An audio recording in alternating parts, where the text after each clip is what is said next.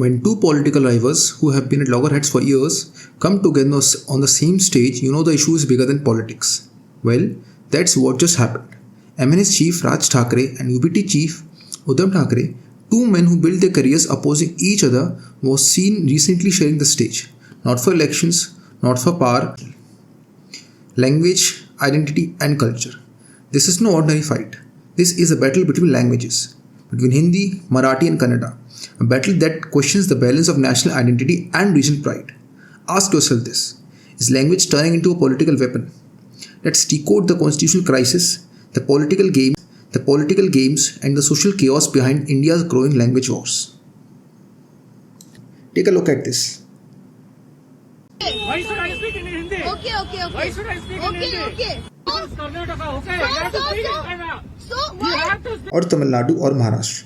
You stop by a cafe, ask for coffee in English or Hindi, and the waiter snaps back. Speak the local language, this is not Delhi. Sounds crazy? Well, it's happening. Right now, not just to tourists, not just to migrants, but to millions of Indians within their own country. Let's talk about Bengaluru. June 2025. A city famous for coding, startups, and its cosmopolitan life. But beneath that modern gloss, a storm has erupted. The city's municipal body, BBMP, passes a strict order.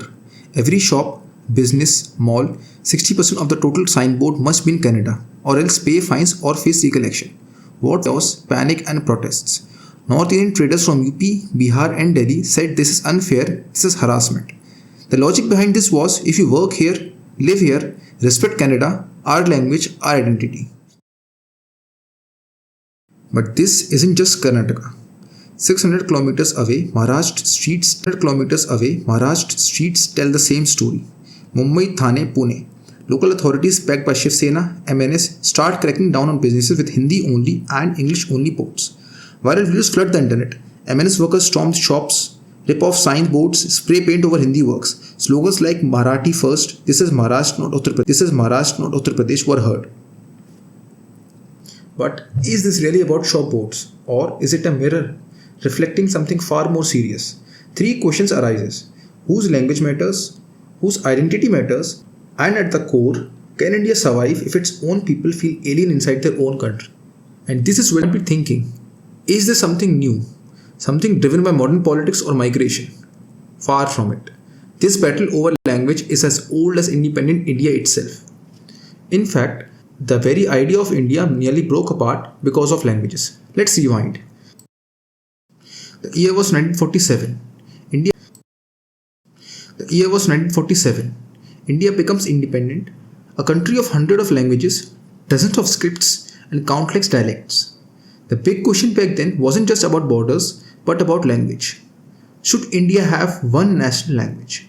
Naturally, some leaders pushed for Hindi. Karnataka, Maharashtra, Bengal, Kerala pushed back fiercely. They argued India's strength is in its diversity. Forcing one language would destroy that. And that became the movement that shook the nation. The anti-Hindi agitation of 1965. In Tamil Nadu, students, workers, common citizens took to the streets. Protest turns violent. Public property burned, dozens died. The message was clear. We will not accept Hindi as the sole national language. Center backed down. Hindi was no longer imposed, but the scars remained. And this wasn't just Tamil Nadu. Maharashtra, even before that, had its own language war. When Mumbai, Pune, Nagpur became hubs for migrants, especially from North India, a new fear arose. Will Marathi be lost in our own land? This fear gave birth to the Sons of the Soil movement. Political parties like Shiv Sena were born with the one mission: jobs, identity and culture for Marathi speaking first. Meanwhile, Karnataka had its own quiet but firm resistance. Groups like Kannada Rakshana Vedike emerged, fighting to preserve Kannadas in education, in jobs and on the streets. You see, the fights we are seeing today in Bengaluru and Mumbai aren't sudden. They are the latest chapters in the story of India has been writing for 20 years. The story where every state asks, are we just Indian? Or are we Kannadiga, Marathi, Tamil, Telugu first? And this question doesn't just live in history. It's written directly into the Indian Constitution. So after decades of protests, movements and political fights, one question remains. Legally, surprisingly, most Indians don't know this. India does not, I repeat, does not have a national language. Yes, neither Hindi, nor English, nor Marathi, Kannada, Tamil, or Telugu. No language holds the title of national language in India. The writers of our constitution knew language is not just communication, language is not just communication, it's identity, it's belonging, it's power. And in a country as diverse as India, forcing one language could rip the country apart. Now here's what the constitution actually says. Article 343. Hindi in Devanagari shall be the official language of the Union, not the national language, just for the central purposes. Article 344 lay down protections, safeguards and policies related to languages. 8th schedule recognizes 22 scheduled languages. Articles 29 and 30 guarantee every group, especially linguistic and cultural minorities, the right to preserve their language, script and culture. But here's where things get complicated. The constitution also quietly instructs the centre, under Article 351, to promote the spread of Hindi, and not just to promote it, but to make it a language of wider communication across the country. Now, on paper, this might sound harmless. But think about it. When the Union Railway announced only in Hindi and English in Bengaluru. When Aadhaar forms, IRCTC apps or income tax websites prioritize Hindi, and government jobs exams subtly prefer Hindi language speaking candidates, states start asking, is this cooperation or quiet domination? Because here's the reality. India is not each state with its own culture, its own language, its own soul, and yet the central government holds the power to decide communication, policy, and official languages for the whole nation. This is where the real tension begins, a silent, ongoing tug of war between the centre and the states. This isn't just a constitutional debate. This isn't just a constitutional debate. This is a battle for power, for identity, for who gets to define India should sound like. And this is the heart of fight we see exploding today on the streets of Bengaluru and in Mumbai. So how did this centre versus state language conflict actually start? And how deep does it go? It's often called the world's largest democracy. But beneath that democracy is a constant, invisible tug of war between centre and the states. Nothing makes the battle more visible than the fight over language. You see, language in India isn't just about communication, it's about control, about who holds power. The Union government argues for national unity, for administration, for a smooth government linked language. And over decades, that linked language conveniently became Hindi. From government forms to railway announcements, to central exams like SSC, UPSC, railways, banking, defense, Hindi quietly became the default. But here's the problem. India is not a Hindi speaking country. India is not a Hindi speaking country. In fact, only about 44% Indians speak Hindi as their first language. The rest speak everything else from Kannada to Marathi, Tamil to Bengali, Malayalam to Punjabi, Assamese to Telugu. Now for states, this isn't just bureaucracy. It's cultural erosion, a slow, silent to two fundamental unsolved questions. Is India a union where states willingly cooperate, or is India a central-led system where states must fall in line? You see, India is technically a union of states.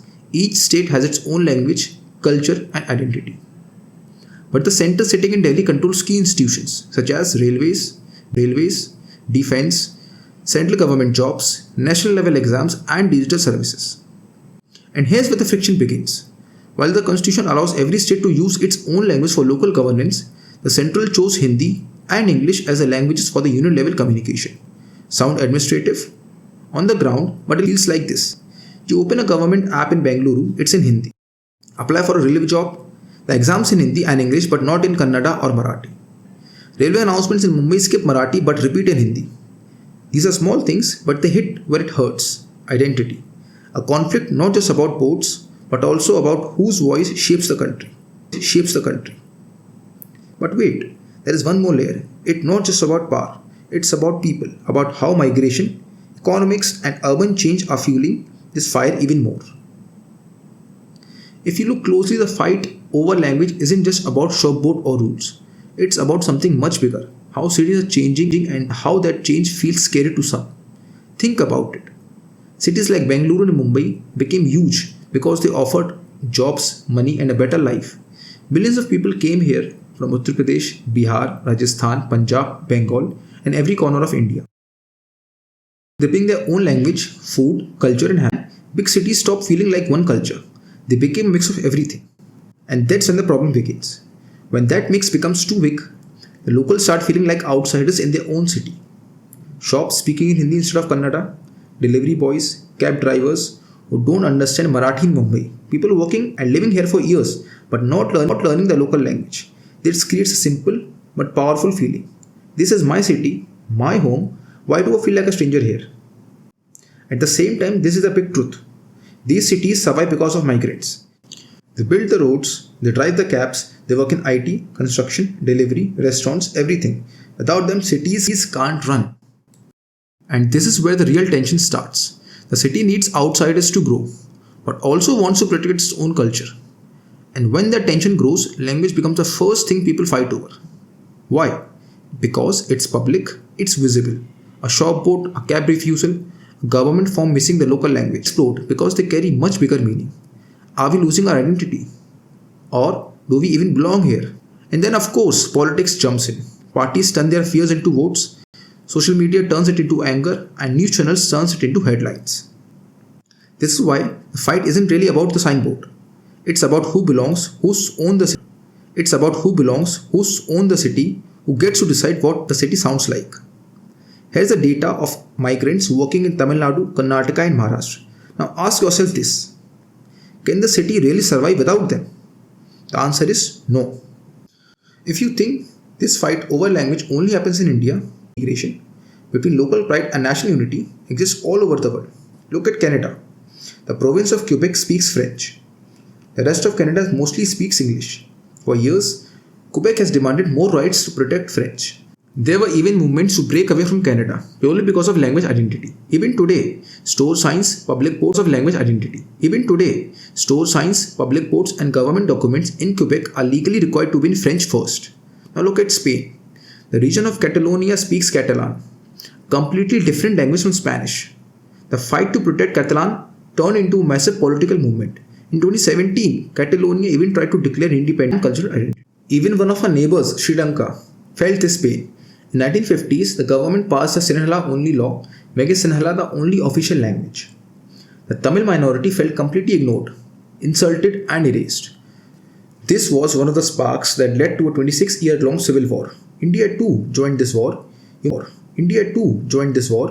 might remember it as Operation Power. After everything we have seen, one thing becomes clear. This isn't just India's problem, it's a global challenge, and the world has already shown us the solutions. Look at Switzerland. 4 national languages, no fights, no dominance, no tension. Why? Because it's equally. Public services, schools, railways, all function in German, French, Italian and Romanish, depending on the region. Look at South Africa.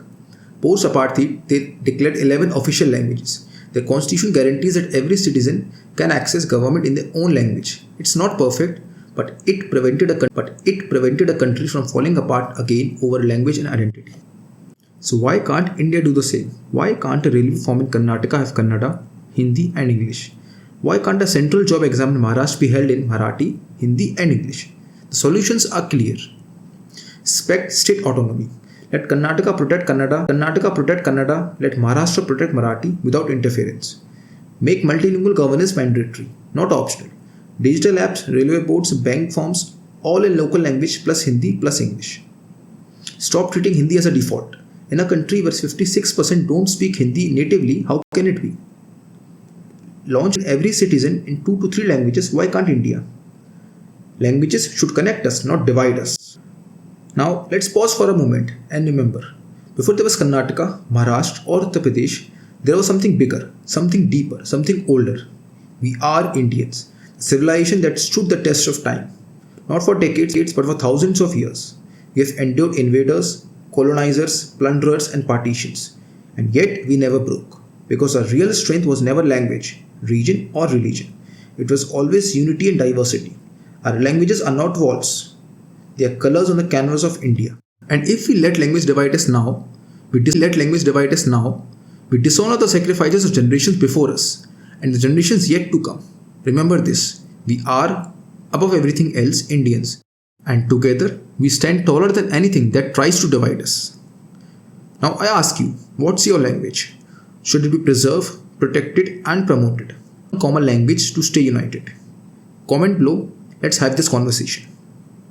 If you believe in deep, meaningful discussions like this, hit like, subscribe and share. This is Vichar, where we decode the silent battle when two politics